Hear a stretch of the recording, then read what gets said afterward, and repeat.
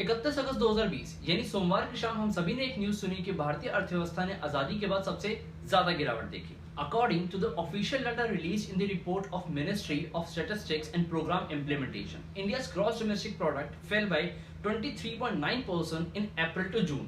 That is the first quarter of year 2020-21. आज की video हम जानने की कोशिश करेंगे कि किस तरीके से भारतीय अर्थव्यवस्था का इतना गिरना एक भारत के आम आदमी की लाइफ को अफेक्ट करता है। हेलो दोस्तों, मैं हूं गगन और स्वागत है आप सबका मेरे इस यूट्यूब चैनल पर। So without talking further, let's get into today's video और चलिए सीखते हैं।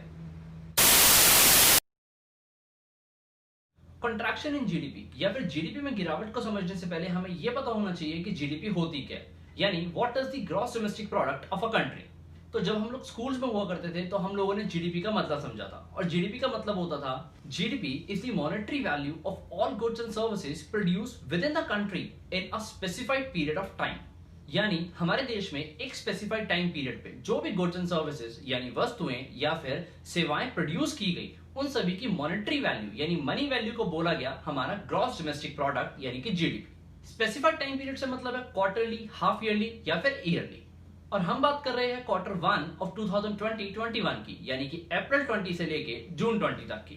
ताजा आंकड़ों के अनुसार क्वार्टर 1 में इंडिया की जीडीपी -3.9% दर्ज की गई।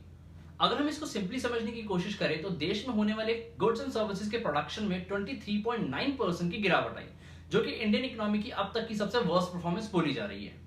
अगर हम लास्ट ईयर 2019-20 के सेम क्वार्टर की बात करें तो तब हमारी जीडीपी 5.2% थी। अगर हम इसको मॉनेटरी वैल्यू में देखें तो 2019-20 के क्वार्टर 1 में हमारी जीडीपी की वैल्यू 35.35 लाख करोड़ थी, जो कि 2020-21 के फर्स्ट क्वार्टर में 26.9 लाख करोड़ दर्ज की गई, यानी कि जीडीपी में कुल गिरावट 23.9% की दर्ज की गई। अगर हम सेक्टर वाइज फॉल की बात करें तो डाटा कुछ इस प्रकार है। Construction fell by 50.3%, trade, hotels, transport and communication segment contracted by 47%, mining by 23.8% and manufacturing by 39.3%।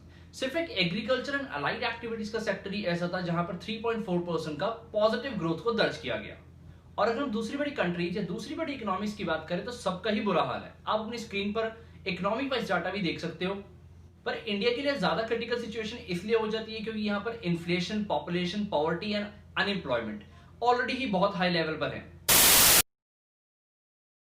तो अगर हम इसे इतने ज्यादा फॉल डाउन के रीजंस की बात करें तो पहला रीजन तो है कोविड-19 कंडीशन, और इस कंडीशन की वजह से हुआ लॉकडाउन। इंडिया ने अनलॉक प्रोसीजर स्टार्ट होने से पहले 68 डेज के एक स्ट्रिक्ट लॉकडाउन को फेस किया, जिससे हमारे इंडियन मार्केट में प्राइवेट कंजम्पशन और प्राइवेट इन्वेस्टमेंट दोनों में ही भारी कमी आई, और हमारे फर्स्ट क्वार्टर की जीडीपी इस ऐतिहासिक गिरावट तक पहुंच गई। एक और रीजन हो सकता है lack of management and bad decision of nationwide lockdown. 25 मार्च 2020 को पूरे देश में तालाबंदी करी गई, जिसका इफेक्ट हुआ कि पूरे देश में इकोनॉमिक एक्टिविटीज या आर्थिक गतिविधियों पर पूरे तरीके से रोक लग गई। पूरे देश में लॉकडाउन की बजाय अगर स्टेट वाइज लॉकडाउन किया जाता तो हो सकता है कि इकोनॉमी की हालत आज कुछ बेहतर होती। बोला तो ये भी जा रहा है कि लॉकडाउन का डिसीजन लेते हुए सरकार ने ज्यादा विचार विमर्श नहीं किया, अदरवाइज ये लॉकडाउन और भी ज्यादा इफेक्टिव हो सकता था। अब बात करते हैं कुछ इम्प्लीकेशन या फिर इफेक्ट्स ऑफ इस जीडीपी फॉल डाउन के। सबसे पहला इफेक्ट तो इस जीडीपी फॉल डाउन का ये कि भारतीय अर्थव्यवस्था इस साल के अंत तक यानी कि 2020-21 के एंड में -7% तक रहने की उम्मीद है, जो कि इकोनॉमिक लिबरलाइजेशन 1990 के बाद से 7% के आसपास थी।